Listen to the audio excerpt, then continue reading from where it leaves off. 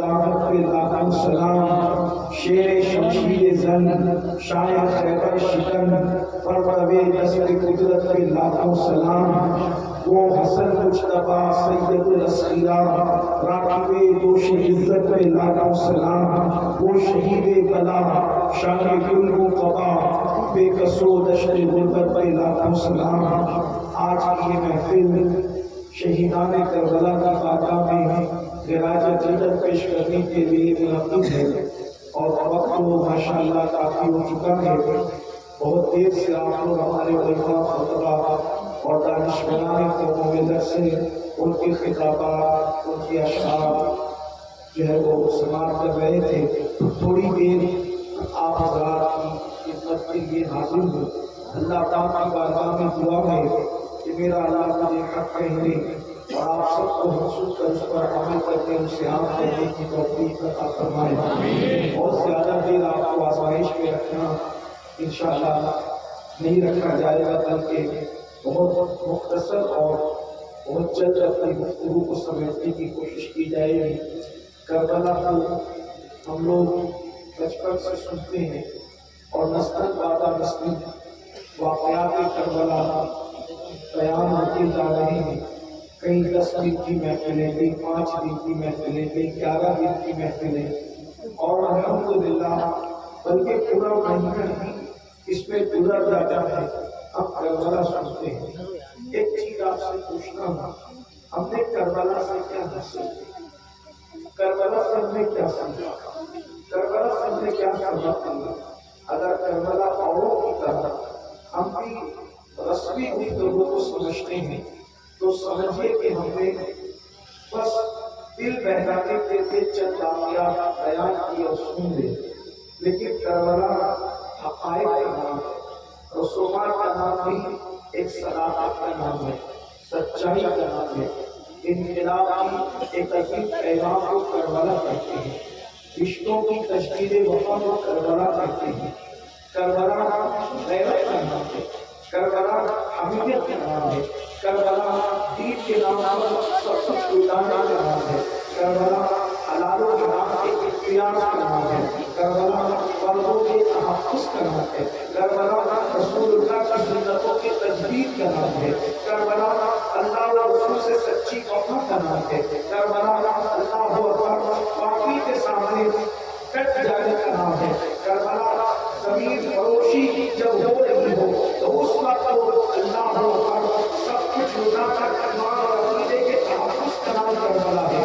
بلکہ یہ کہیں مذہب و مذہب کی عظیم جنگ کو کربلا کہتے ہیں۔ کربلا کے اندر ایسی ہمہ جہلیت ہے کہ جس اینگل سے آپ کربلا کو دیکھو گے آپ کو کربلا کے اندر وہ ساری چیزیں نظر آئے گی، لیکن میں صرف 2-3 باتیں آپ کے سامنے پڑھنا چاہتا ہوں تاکہ میری قوم کے جوان جو اہل بیت سے سچی محبت کرتے ہیں، اور یاد رکھنا محبت اہل بیت ہمارا سرمایہ ہے، محبت اہل بیت عقیدے کے تحفظ کا ذریعہ ہے۔ یاد رکھنا اللہ اکبر جب تک قوموں کے دل میں اہل بیت کی محبت موجود رہے گی۔ ایک بار دوشی ہے اللہم صلی علی سیدنا و مولانا محمد معدن الجود والکرم و آلہ و صحبہ و بارک وسلم۔ صلاۃ و سلام علیک یا رسول اللہ صلی اللہ علیہ وسلم۔ محبت اہل بیت جب تک دلوں کے اندر رہے گی انشاءاللہ تبارک و تعالی ہماری قوم کو بھی گمراہ نہیں ہو سکتی۔ جب تک دل میں امام حسین رہیں گے میری قوم کا جوان کبھی بزدل نہیں ہو سکتا۔ قوموں کی بزدلی مٹتی ہے امام حسین جب دل میں آتے ہیں، اس لیے کہ اللہ اکبر امام اس جلیل اور اس بہادر شخصیت کا نام ہے کہ 22,000 کا لشکر دیکھ کر بھی میرے امام کے ماتھے پہ شکن نہیں آتا، اور امام علی مقام سب کا مقابلہ کرتے نظر آتے ہیں۔ اللہ اکبر اس لیے محبت اہل بیت لازمی ہے۔ ایک بات آپ سے یہ بھی کہوں میری قوم کے جوانوں کوئی عمل کر لو، کیسا عمل کر لو، اللہ اکبر عمل کی اہمیت اپنی جگہ ہے، میں خود بھی عمل پر بہت گفتگو کرتا ہوں، لیکن کوئی عمل کر لو کسی عمل کے کرنے کے بعد اللہ اکبر ایمان پر کھاٹنے کی گارنٹی نہیں ہے۔ حتیٰ کہ اگر کوئی بندہ ولایت کے مقام پر پہنچ جائے اس کے بعد اس کے ایمان کے کھاٹنے کی گارنٹی نہیں دی جا سکتی۔ اس لیے کہ قرآن اور حدیث کے اندر بے شمار ایسے واقعات موجود ہیں جو صاحب کرامت لوگ تھے مگر جب مرے تو ان کا ایمان ان سے چھین لیا گیا. اللہ کی خفیت لگتی رہی. اللہ اکبر. آپ کتنا ہی حج کریں, کتنی نمازیں پڑھیں, کتنی روزے رکھیں, کوئی عمل کر لیں, لیکن اللہ اکبر ایمان کے خاتمے کی گارنٹی نہیں. مگر اللہ محبت اہل بیت کو سرمایہ ہے, محبت اہل بیت کو عظیم دولت ہے کہ جب کوئی بندہ اس محبت کے ساتھ دنیا میں جیتا ہے تو اللہ کے رسول نے ضمانت عطا فرمائی ہے کہ جو میری اہل بیت کی محبت میں مرے گا اس کا خاتمہ ایمان پر ہوگا, وہ دنیا سے ایمان پر جائے گا, اور صرف ایمان پر نہیں بلکہ اللہ اس کو شہادت کی موت عطا فرمائے گا.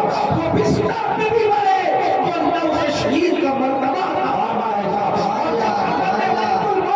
اس کی روح نکالنے کے لیے آئے گے تو روح بعد میں نکالی جائے گی, پہلے اس کو جنت کا مژدہ سنایا جائے گا, اور پھر کرنے والے کو اس طریقے سے سجا کر کے جنت میں لے جایا جائے گا جیسے دلہن کو سجا کر دولہا کے گھر لے جاتے ہیں.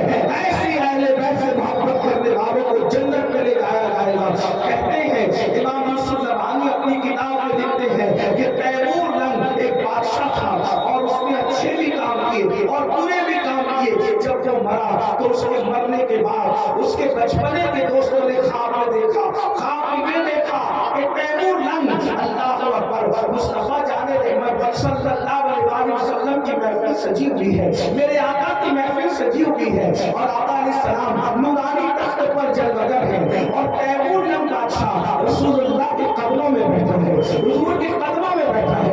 اے میری قوم کے جوانوں, جن کو عظمت رسول پتہ ہے وہ جانتے ہیں کروڑوں جنتیں مشتاق ہیں قدم ناز مصطفیٰ کی, اس لیے کہ اگر جنت میں دیکھا جاتا تو بھی تعجب خیز تھا, لیکن قدم مصطفیٰ میں دیکھا جانا جنت سے بڑھ کر ہے. وجہ یہ ہے, ارے جب ماں کے قدموں میں جنت ہے تو رسول اللہ کی شان کا عالم کیا ہوگا.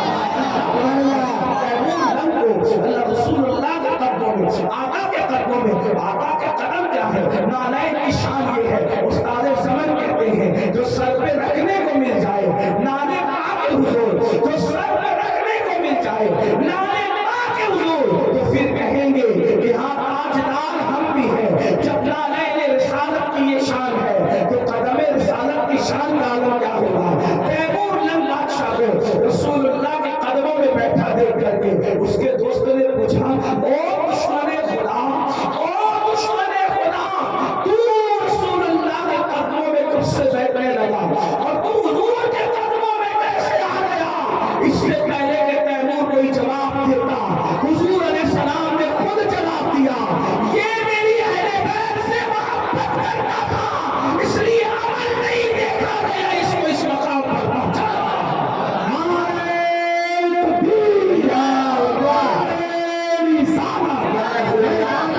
شہید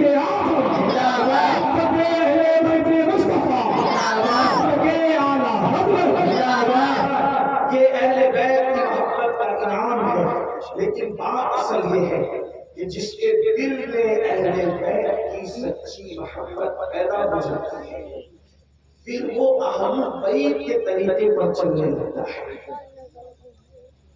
بات یہاں یہ ہے کہ ہم اہل بیت سے محبت کا دعویٰ تو کرتے ہیں, لیکن ہماری زندگی کے اندر کہیں سے کہیں تک اہل بیت کا کردار نظر نہیں آتا. میں صرف 2-3 باتیں پڑھوں گا اور آپ کی توجہ کرنا ہوں, اور اپنی بات مکمل سمیٹوں گا, اس لیے کہ یہ وقت دعا کا تقریر کا نہیں, لیکن آپ بیٹھے ہوئے محبت آپ کی بہت شکریہ. آپ حضرات اتنی دیر پہ بیٹھے, اللہ آپ سب کو جزائے خیر کرے. دیکھیے اہل بیت دین بچانے گئے کربلا میں, امام علی مقام میں دین بچایا, اور آج سب سے زیادہ خطرہ اگر دین کو کسی کی ذات سے ہے, جو کہ اگر تلخ لگے تو معاف کرنا, لیکن اس کو سنے اور غور سے سنے. آج دین کو سب سے زیادہ خطرہ اگر کسی سے ہے تو مجھے ایسا لگتا ہے کہ کافروں سے دین کو اتنا خطرہ نہیں ہے جتنا کلمہ پڑھنے والے مسلمانوں سے دین کو خطرہ ہے. کیوں؟ اس لیے کہ جتنا دین کا نقصان کلمہ پڑھنے والوں کی ذات سے ہو رہا ہے اتنا شاید کلمے کے منکروں سے نہیں ہو رہا. دین کا مذاق جتنا کلمہ پڑھنے والا اڑا رہا ہے اتنا شاید ہی کلمے کا منکر دین کا مذاق اڑائے. دین کا منکر کلمے کا یا دین کا مذاق اڑائے تو ہم اس کے خلاف احتجاجی ریلیاں نکالتے میمورنڈم دیتے سب کرتے ہیں. لیکن جب کلمہ پڑھنے والا خود دین کا مذاق اڑائے تو اس پر احتجاجی ریلیاں کون نکالے گا؟ اس پر کون جو احتجاج کرے گا؟ آپ کہیں گے ہم نے کیا کیا؟ میں پوچھنا چاہتا ہوں کہ اہل البیت کے نزدیک دین کی اہمیت کتنی ہے؟ کتنی دین کی اہمیت ہے؟ اور ہمارے نزدیک دین کی اہمیت کتنی ہے؟ اس کا ہم مقابلہ کریں. خود کربلا میں دیکھیں جس حسین پاک کے نام پہ ہم چلتے ہیں. جب میری قوم امام کے نام پہ مچلتی ہے تو میرا دل مچلنے لگتا ہے کہ میری قوم میں آج بھی امام کی محبت موجود ہے اور انشاءاللہ قیامت تک موجود رہے گی کیونکہ یہ فطرت میں ہے. اللہ نے نبی اور آل نبی کی محبت کو فطرت میں رکھ دیا ہے, فطرت میں وضیح کر دیا ہے. لیکن ایک بات میری قوم کے جوانوں کو پوچھتا ہوں, امام کو تو دین سے کتنی محبت تھی, مذہب اسلام سے کتنی محبت تھی, شریعت سے کتنی محبت تھی. دیکھیے میدان کربلا میں امام کا امتحان ہوا, تلوار چلی. امام کے لیے تلوار کی معنی نہیں رکھتی تھی. امام حسین نے اس گھر میں آ کھولی جہاں ذوالفقار جیسی تلوار کی گھرگرش تھی. وہاں تلواروں کی کوئی اہمیت نہ تھی, وہاں تلوار بالکل ایسے ہی تھی جیسے ہمارے یہاں بچے کھلونوں سے کھیلتے ہیں. اس لیے کہ وہ گھرانہ بہادر گھرانہ تھا. اور امام حسین کے والد تو وہ تھے کہ جن کی ذوالفقار چلی تو اللہ اکبر صفوں میں دشمنوں کو ایسے کاٹا جیسے گاجر بھولیاں کٹتی ہے. آج بھی علی کی تلوار کی کھنجر سنائی دیتی ہے. کہنے والے نے کہا ہے کبھی دیوار ہلتی ہے کبھی لڑکا جاتا ہے, علی کا نام سن کر اپنی خیمت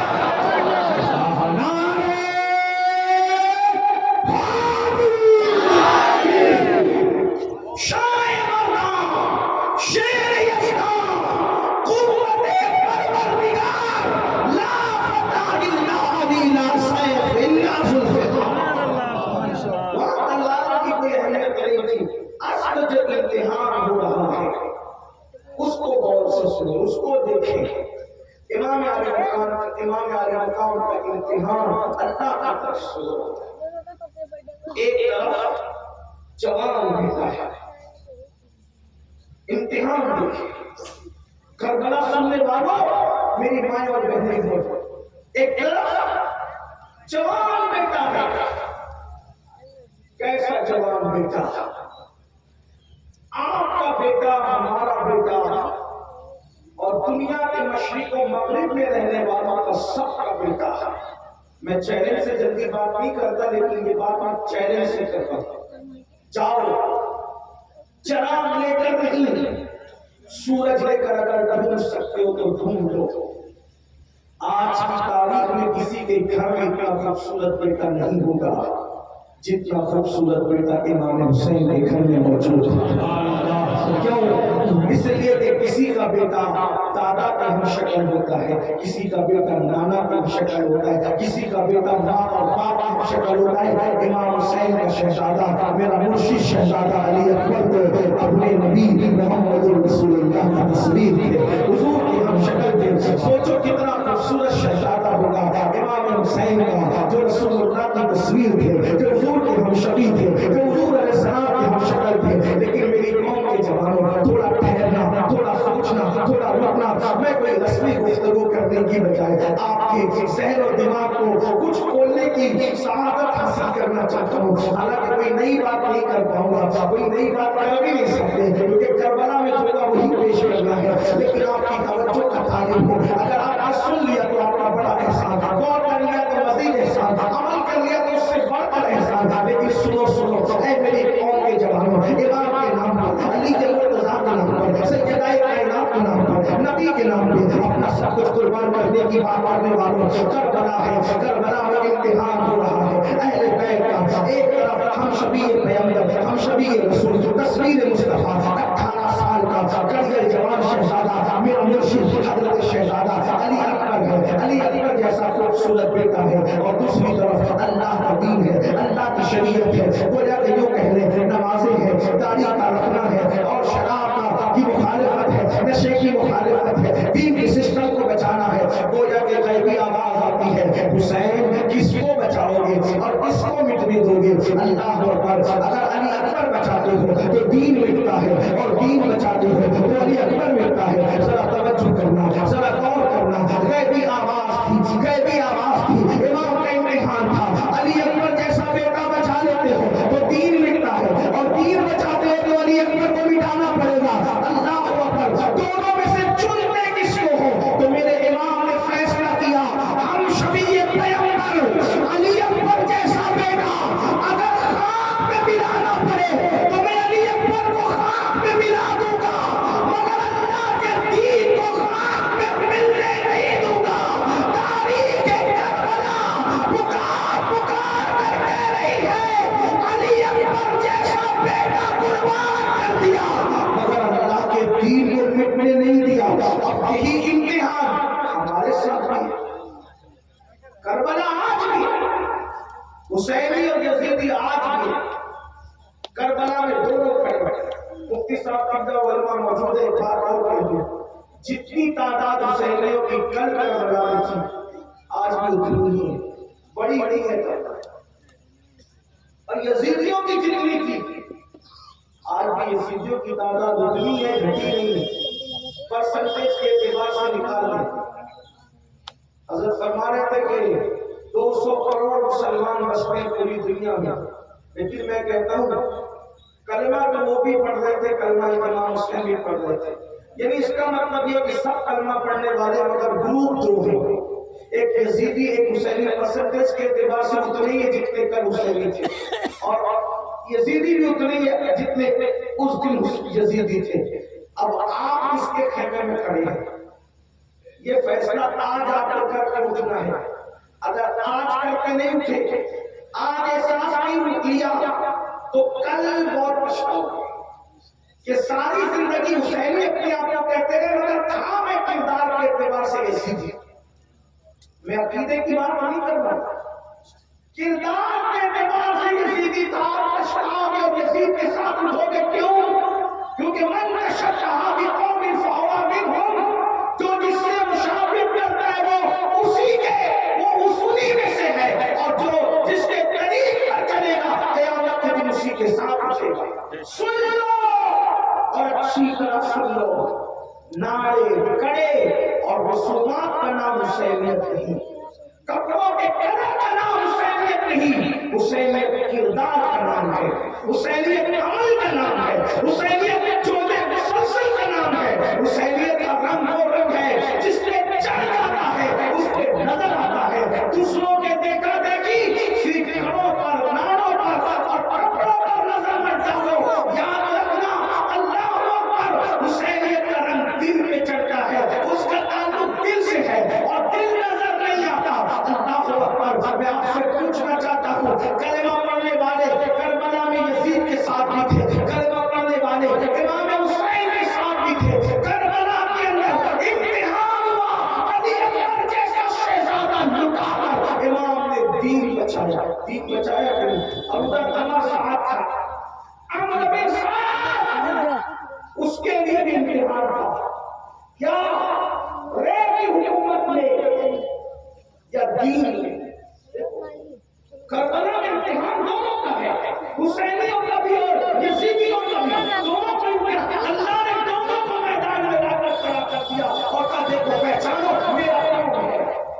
امام کا امتحان ہوا، اتنا خوبصورت بیٹا مٹی میں ملا دیا اور دین بچا لیا۔ عوام کے ساتھ کا امتحان ہوا، رے کی حکومت چاہیے کہ دین چاہیے، اس نے کہا دین مٹی میں ملا دوں گا لیکن رے کی حکومت مجھے چل جائے۔ دیکھو اب آپ اس کے ساتھ کھڑے ہیں، جس کے ساتھ ہمارا بھی امتحان ہے، روزانہ ندا آتی ہے، دین بچائے گا کہ مال بچائے گا؟ دین بچائے گا کہ نیند بچائے گا؟ دین بچائے گا کہ خواہشات بچائے گا؟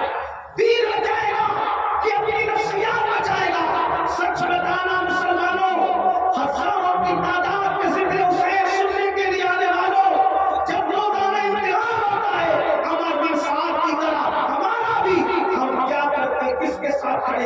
امام حسین کی طرح ہمارا بھی امتحان ہوتا ہے، بستر پر سوئے ہیں، ایک طرف نماز اللہ کا دین کا ستون ہے، دوسری طرف اپنی نیند ہے۔ بتاؤ جب ندا آتی ہے غیب سے کیا بچائے گا؟ نیند بچائے گا کہ دین بچائے گا؟ بولو۔ اگر فجر کی نماز میں سوتے پڑے ہوئے ہو، میں نہیں کہوں گا اس لیے کہ میں کوئی مفتی نہیں، میں کوئی قاضی شرع نہیں، میں آپ کے لیے کوئی فیصلہ نہیں کر سکتا، لیکن آپ کا خادم اور ناصر ہونے کی حیثیت سے آپ کے ضمیر کو ضرور آواز دے سکتا ہوں۔ اپنے ضمیر کی عدالت میں کھڑے ہو کر کے خود فیصلہ کرو کہ راتوں کو 3 بجے تک جاگ کر اگر فجر کی نماز پڑھنے سے ترک کرتے ہو تو پھر تم کس کے خیمے میں کھڑے ہو؟ اللہ اکبر۔ مجھے بتاؤ، جس وقت پیسے کی بات آتی ہے، مال کی بات آتی ہے، تو 200-250 روپے کا مال بیچنے کے لیے اللہ کی جھوٹی قسم کھا لیتے ہو۔ بتاؤ تم کس کے ساتھ کھڑے ہو؟ اپنی قوم کے خلاف قوم کے دشمنوں کی منکری کرتے ہو، تم کس کے ساتھ کھڑے ہو؟ 3-4 بچوں کی ولادت کے بعد 3-4 بچے جب گھر میں پیدا ہو جاتے ہیں تو سالن میں نمک زیادہ ہونے پر اپنی بیوی کو طلاق دے کر اس کی زندگی کو اجاڑ دیتے ہو، اس کی زندگی کو جہنم بنا دیتے ہو۔ مجھے بتاؤ تم کس کے ساتھ کھڑے ہو؟ اللہ اکبر۔ کھڑے ہو یزید کے ساتھ، اور دعویٰ حسینیت کا ہے، نہیں چلے گا۔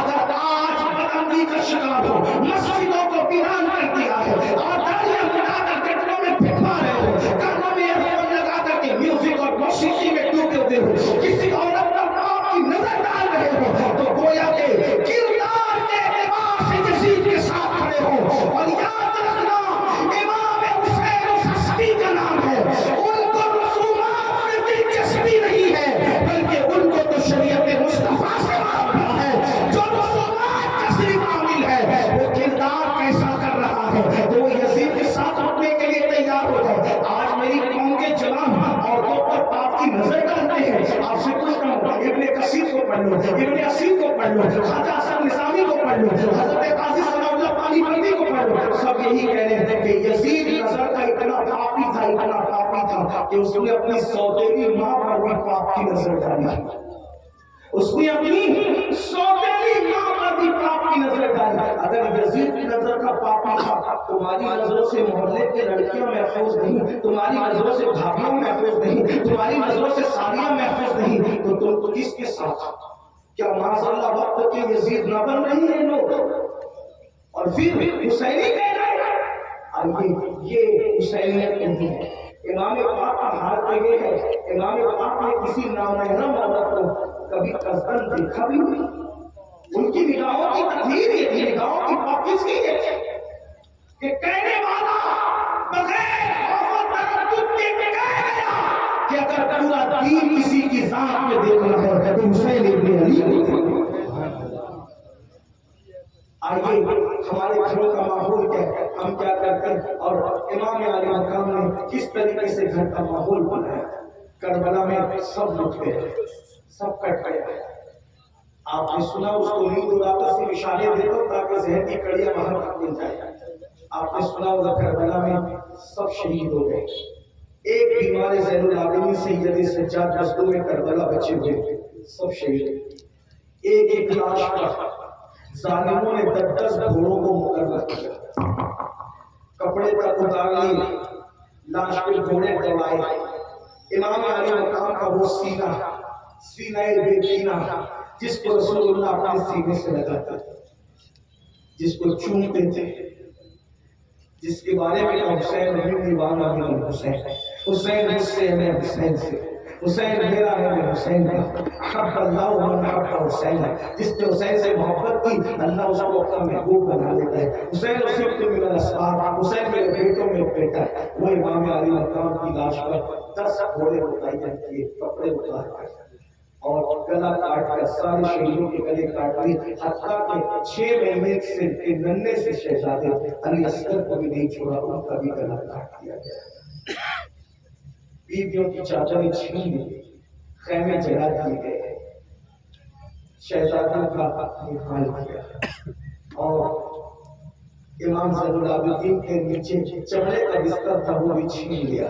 شہزادی سکینہ کے کان کی ایسی بالیاں چھینی کہ کان کٹ گیا, خون کی پھواریں نکلی. شہزادی سکینہ نے سوچا یتیموں پر تو کافر بھی رحم کرتے ہیں, تو ان یزیدیوں سے کہا میں حسین کی یتیموں مجھ پہ رحم کرو. تو شہزادی سکینہ کے چہرے پہ تماچے مارے اور آخری اس پہ کیا کہ بیویوں کے ہاتھ میں رسیاں باندھ دی گئی, سیدزادیوں کی سیدانیوں کے ہاتھ میں رسیاں باندھ دی گئی, پیروں میں بیڑیاں ڈال کر کے انہیں باندھ کر اونٹوں کی ننگی پیٹھ پہ بٹھا دیا گیا.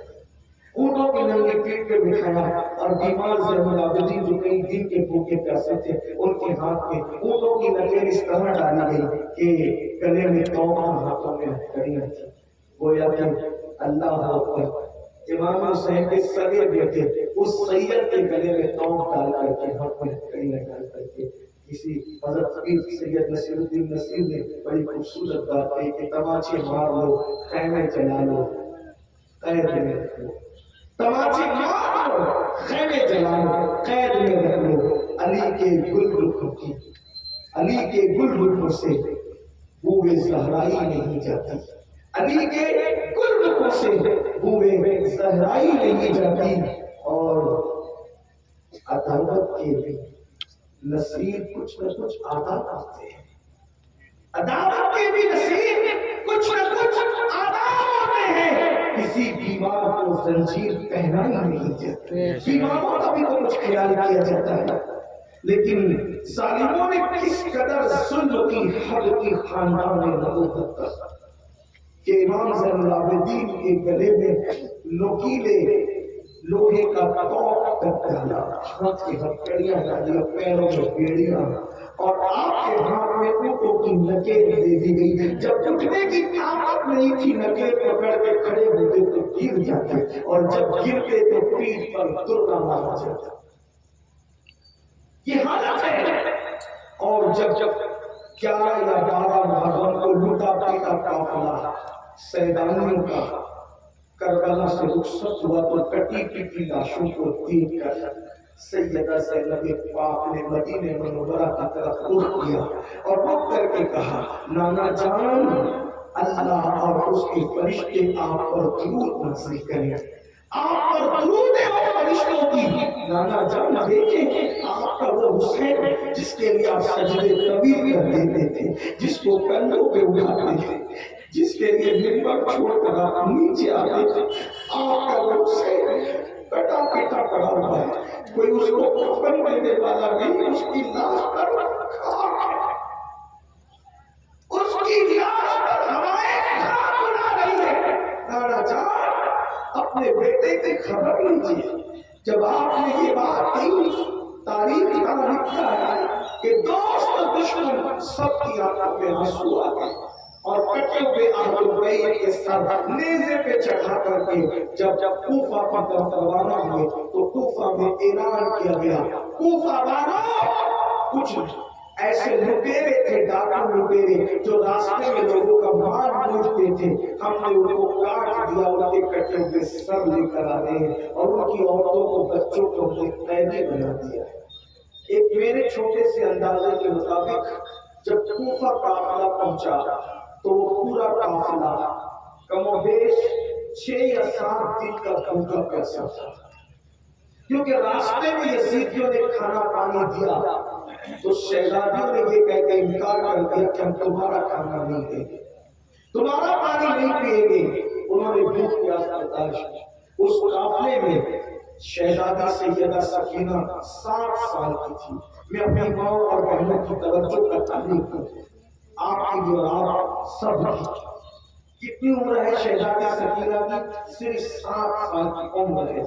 7 سال کی شہزادی کو سیدہ زینب ان کی پھوپھی امی کے ساتھ باندھا گیا ہے.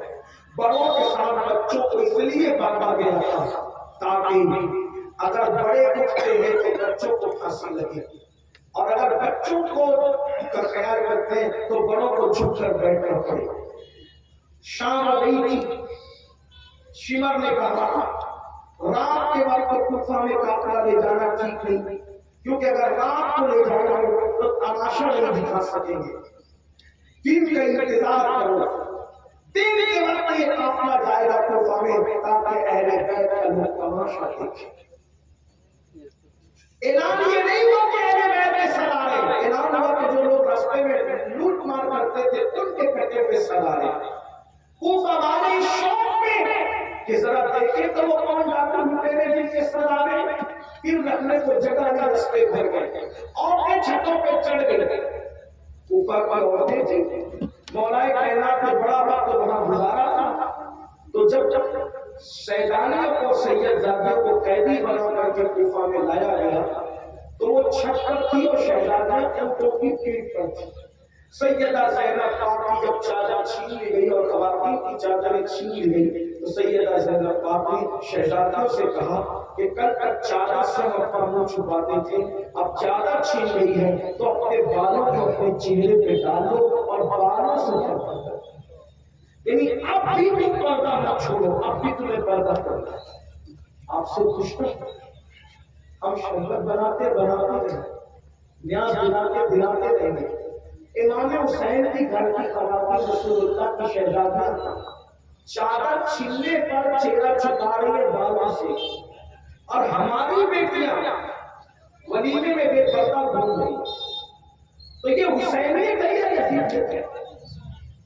وہاں چادر چھیننے کے بعد بھی پردہ نہیں چھوڑا جا رہا ہے، اور یہاں 2,000 2,200 کے دوپٹے خریدے جاتے ہیں. دوپٹوں کی خریداری ممبئی، دلی اور کلکتہ تک کی جاتی ہے، لیکن دوپٹوں کا کام کیا ہے؟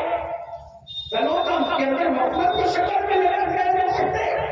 یہ حسینیت ہے یا یزیدیت ہے؟ خود فیصلہ کرو. اپنے ضمیر کو آواز کرو کہ وہاں تو شہزادی چہرے پہ بال ڈال کر کے پردہ کر گئی، اور اس سے بڑی بات جب یہ لٹا ہوا قافلہ کر جب وہ کوفہ میں پہنچا تو کوفہ کی عورتیں روٹی اور کھجور ان پہ پھینک رہی تھی، اور وہ کہتی تھی ہمیں کیا کہا کہ بچے کس کے اور عورتیں کس کے ہیں، ہم تو اتنا جانتے ہیں کہ قیدیوں کو کھلانے پلانے سے ثواب ملتا ہے. تو انہوں نے کہا صدقہ صدقہ صدقہ. توجہ کرنا، یہی پر آپ کو لانا چاہتا تھا اور اپنی گفتگو کو ایک کی طرف لے جانا چاہتا تھا. توجہ کریں دھیان سے.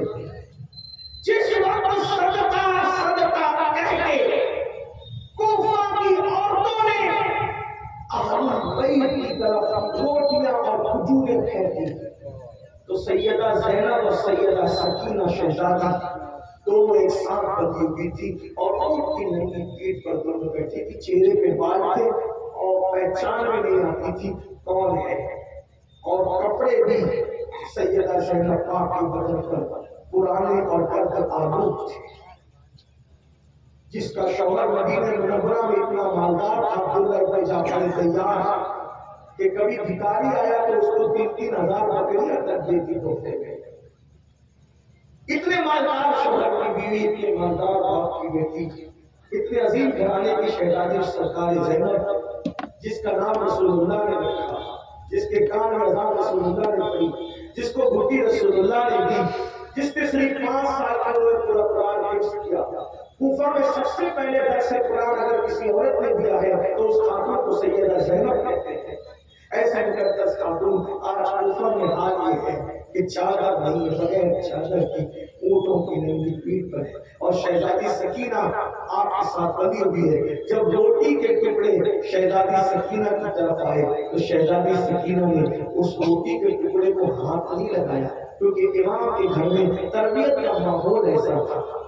آج اگر ہم 15-16 گھنٹے کا روزہ رکھ لیں گرمی کے موسم میں، اور جب افطار کا وقت آتا ہے تو ہمارا حال یہ ہوتا ہے میرے بھائی کہ ہم جب افطار کا وقت آتا ہے تو نہ امی کو دیکھتے ہیں، نہ ابا کو دیکھتے ہیں، نہ بچوں کو دیکھتے ہیں، نہ بیوی کو دیکھتے ہیں. جیسے ہی افطار کا اعلان ہوا ہم ٹھنڈے شربت کی طرف ہاتھ بڑھاتے ہیں، ٹھنڈے پانی کی طرف ہاتھ بڑھاتے ہیں اور اس کو پینے کی کوشش کرتے ہیں. ہم کسی پہ توجہ نہیں کرتے. 15-16 گھنٹے کی پیاس ہمیں سب کو بھلا دیتی ہے افطار کے وقت. مگر وارے آلے نبی، وارے آلے رسول، وارے امام حسین کی تربیت جب 5-6 یا 7 دن کی بھوک و پیاس کے بعد روٹی کے ٹکڑے شہزادی سکینہ کے دامن میں آئے تو شہزادی سکینہ نے کھایا نہیں، بلکہ اپنی پھوپھی کے کان میں کہا پھوپھی اماں ہم تو آلے رسول ہیں نا، پھوپھی اماں ہم تو آلے رسول ہیں نا، کیا 7 6 5 دن کی بھوک کے بعد صدقہ ہمارے لیے حلال ہو جاتا ہے؟ کیونکہ نانا جان نے تو صدقہ ہم پہ حرام کیا ہے، تو رسول اللہ کی شریعت نے ہم پہ صدقہ حرام کیا، اتنے دن کی بھوک کی وجہ سے کیا صدقہ ہم پہ حلال ہو گیا؟ اب ہم صدقہ کرا سکتے ہیں؟ اتنا سننا تھا۔ شہزادی سکینہ کی گفتگو دل کو چیرنے والی تھی، سیدہ زینب کے جذبات کے قابو میں، اور اس کے بعد آپ نے کوفہ کی عورتوں سے کہا اے کوفہ کی عورتوں، ہمارے رسول ہیں، ہم صدقہ کھانے والے لوگ نہیں ہیں، صدقہ ہم پہ حرام ہے، اپنا صدقہ لے جاؤ، صدقے کے مستحقین کو صدقہ دو، ہم صدقہ لینے والے لوگ نہیں ہیں۔ آج میں آپ سے پوچھنا چاہتا ہوں حسینیوں کے اس مجمع میں اللہ کی قسم اٹھا کر کے اپنے ضمیر کو آواز دو، شہزادی سکینہ 7 سال کی ہے اور 6-7 دن کی بھوک و پیاس کے بعد نبی نے جو صدقہ حرام کیا ہے وہ صدقہ کھانے کے لیے تیار نہیں ہے، بھوکی رہنے کو تیار ہے، پیاسی رہنے کو تیار ہے، موت کا مقابلہ کرنے کو تیار ہے، مگر صدقہ کھانے تیار۔ کون صدقہ؟ جو روٹی پاک ہے، جو روٹی طیب ہے، جو روٹی طاہر ہے، لیکن ہے صدقہ آلے نبی پر حرام نہیں کھائے۔ یہی کربلا ہے، کیا سیکھا کربلا سے؟ کربلا والے پاک روٹی نہیں کھا رہے کیونکہ وہ صدقے کے ہیں، پاک کھجور نہیں کھا رہے کیونکہ وہ صدقے کی ہے۔ اب آپ سے پوچھتا ہوں، وہ صدقہ نہیں کھا رہے 6-7 دن کی بھوک کے بعد، تم سود کیسے کھا لیتے ہو؟ حسینی ہو نا، پھر تم سود کیسے کھا لیتے ہو؟ کیونکہ سود تو سور کی طرح حرام ہے، جیسے سور حرام ہے ویسے سود حرام ہے۔ وہ صدقہ نہیں کر رہے 6-7 دن کی بھوک کے بعد، اور تم سود کے دھندے کر رہے ہو۔ کس کے خیمے میں کھڑے ہو؟ کس کے ساتھ کھڑے ہو؟ میں بولوں گا نہیں، آپ نے بھی نہیں بولنا، لیکن اپنے ضمیر کو آواز دو۔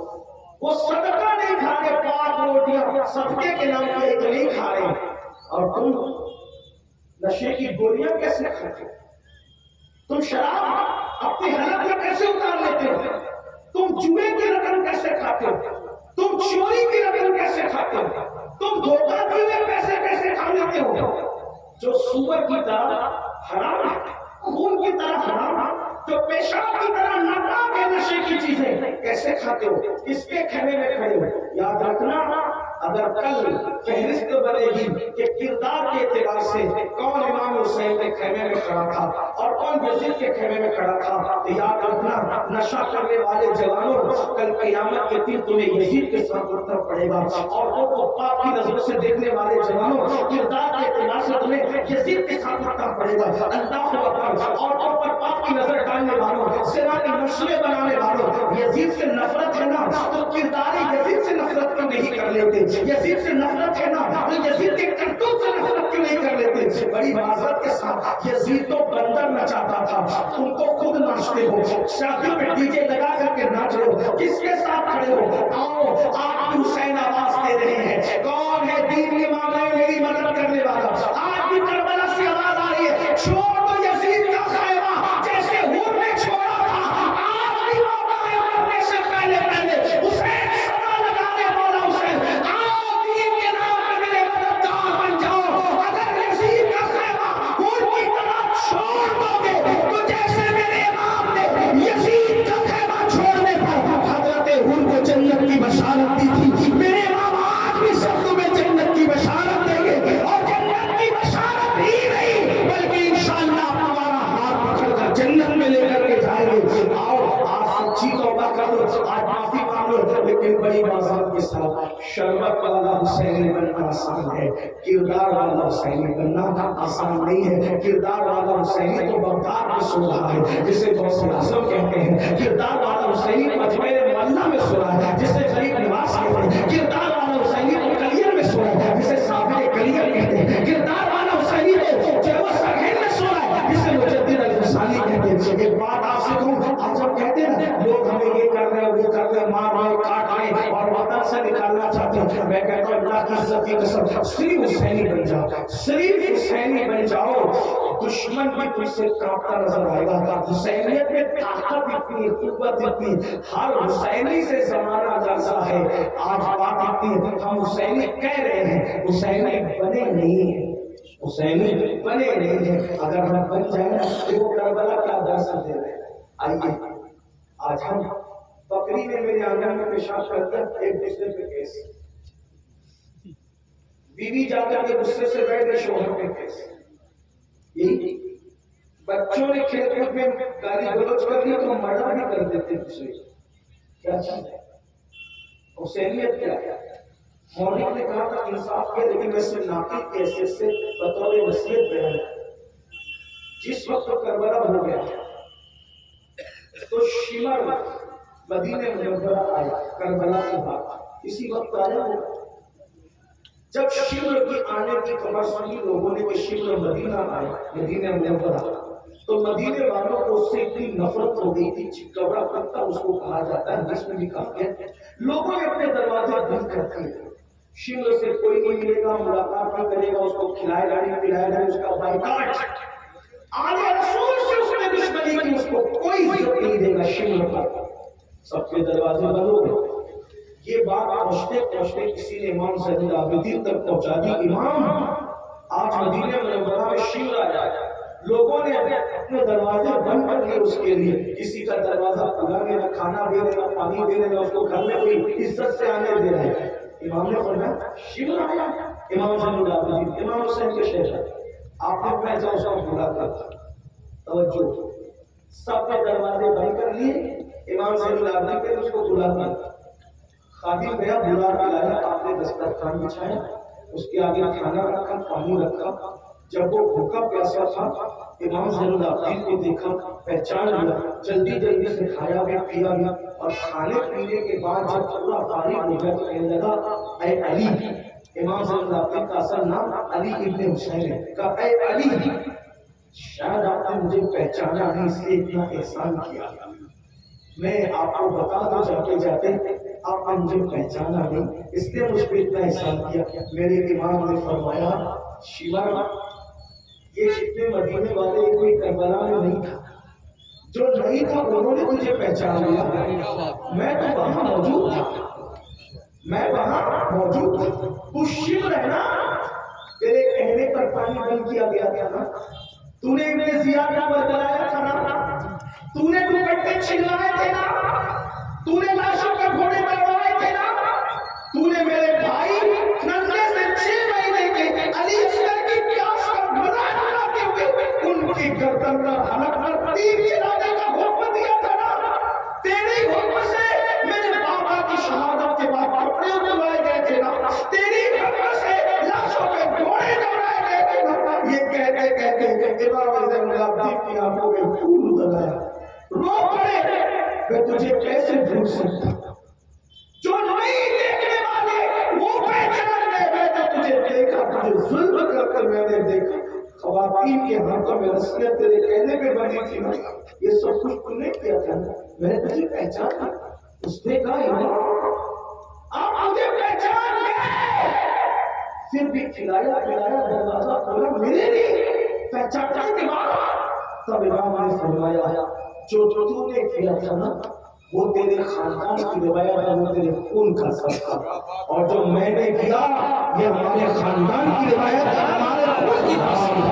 نعرہ تکبیر، نعرہ رسالت، نعرہ شہید اعظم، جناب اہل بیت مصطفیٰ۔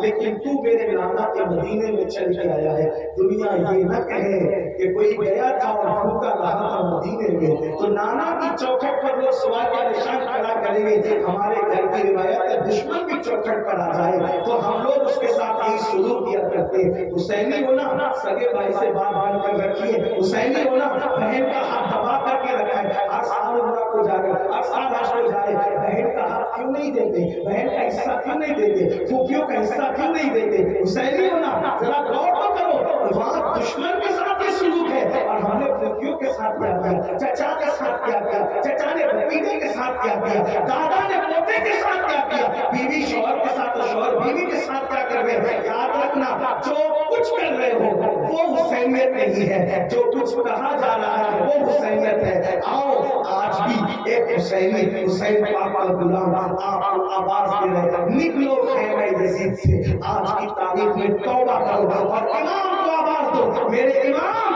آج میں سچے دل سے توبہ کرتا ہوں, آپ نے جیسے سلوک کا حکم دیا اپنے ذاتی دشمنوں کو معاف کر دوں گا, کسی مسلمان کے ذات کے لیے کیس نہیں کروں گا, کسی مسلمان کا حق نہیں دباؤں گا, پھوپھی کا حق ہو, بہن کا حق ہو, چچا کا حق ہو, سب کا حق ادا کروں گا.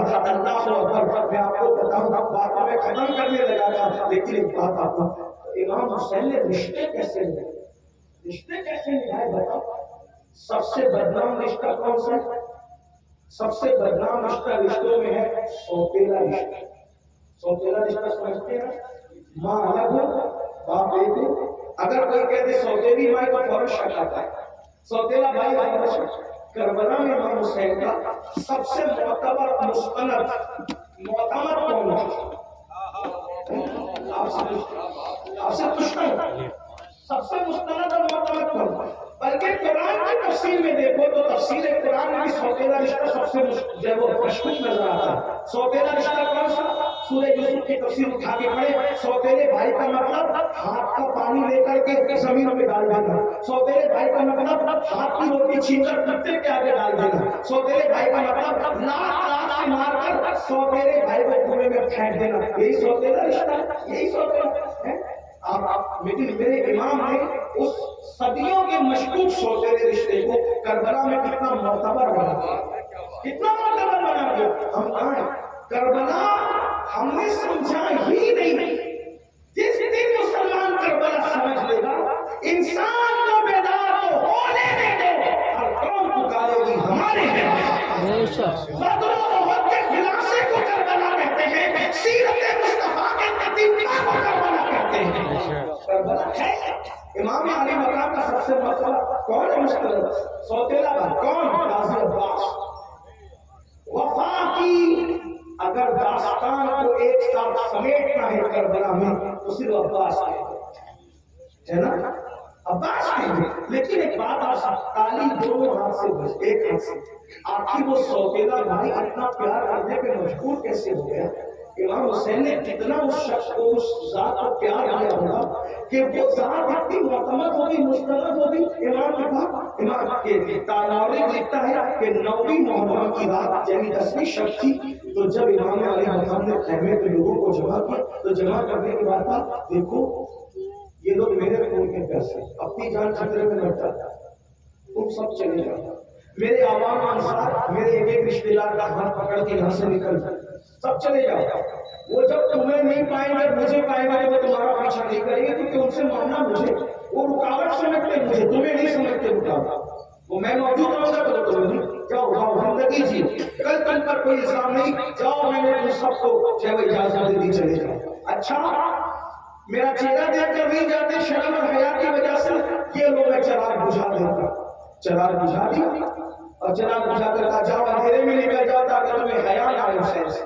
قیامت کے دن تم سے کوئی مواخذہ نہیں ہوگا, جاؤ میں ذمہ داری لیتا ہوں, جاؤ چلے جاؤ سب.